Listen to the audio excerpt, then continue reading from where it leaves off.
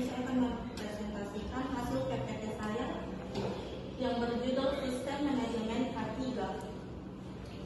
Apa itu SMK 3? Sistem Manajemen Keselamatan dan Kesehatan Kerja adalah bagian dari sistem manajemen perusahaan secara keseluruhan dalam rangka pengendalian risiko yang berkaitan dengan kegiatan kerja guna terciptanya tempat kerja yang aman, efisien, dan produktif. Apa pentingnya SMK 3? Pentingnya penerapan SMK 3 diantaranya adalah mencegah dan mengurangi kecelakaan kerja dan penyakit akibat kerja dengan melibatkan unsur manajemen, pekerja atau buruh atau serikat pekerja atau serikat buruh, meningkatkan efektivitas perlindungan keselamatan dan kesehatan kerja yang terencana, terukur, terstruktur, dan terintegrasi, menciptakan tempat kerja yang aman, nyaman, dan efisien untuk mendorong produktivitas.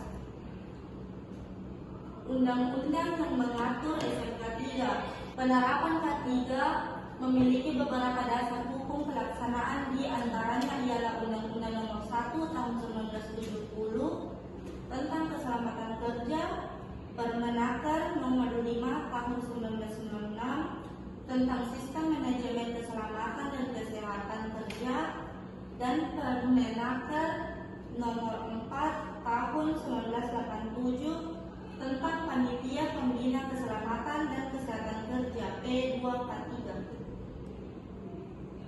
Bagaimana penerapan SMK 3 di tempat kerja?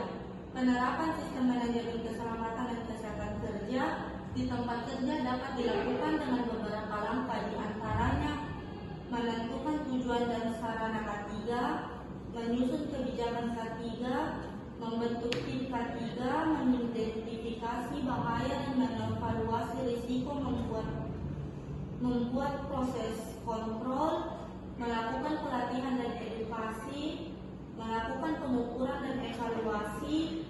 Penerapan SMK 3 di tempat kerja dapat menciptakan lingkungan kerja yang aman, sehat, dan efisien.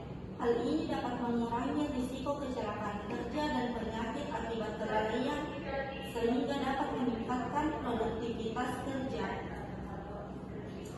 Siapa saja anggota SMK 3? Anggota Sistem Manajemen Keselamatan dan Kesehatan Kerja terdiri dari manajemen yang berperan dalam membentuk tim K3, tim K3 yang bertanggung jawab untuk melaksanakan dan mengawasi SMK 3, ahli K3 yang terlibat dalam penyusunan rencana K3, panitia pembina K3 yang terlibat dalam menyusun rencana K3, wakil pekerja yang terlibat dalam menyusun rencana K3.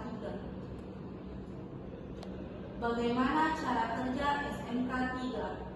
Pelaksanaan rencana K3 berdasarkan rencana K3 yang telah ditetapkan. Dalam pelaksanaannya, pengusaha didukung oleh SDM di bidang K3, sarana dan prasarana. SDM yang dimaksud harus memiliki kompetensi kerja yang dibuktikan dengan sertifikat, kewenangan di bidang K3 yang dibuktikan dengan izin kerja atau surat penunjukan dari instansi yang berwenang.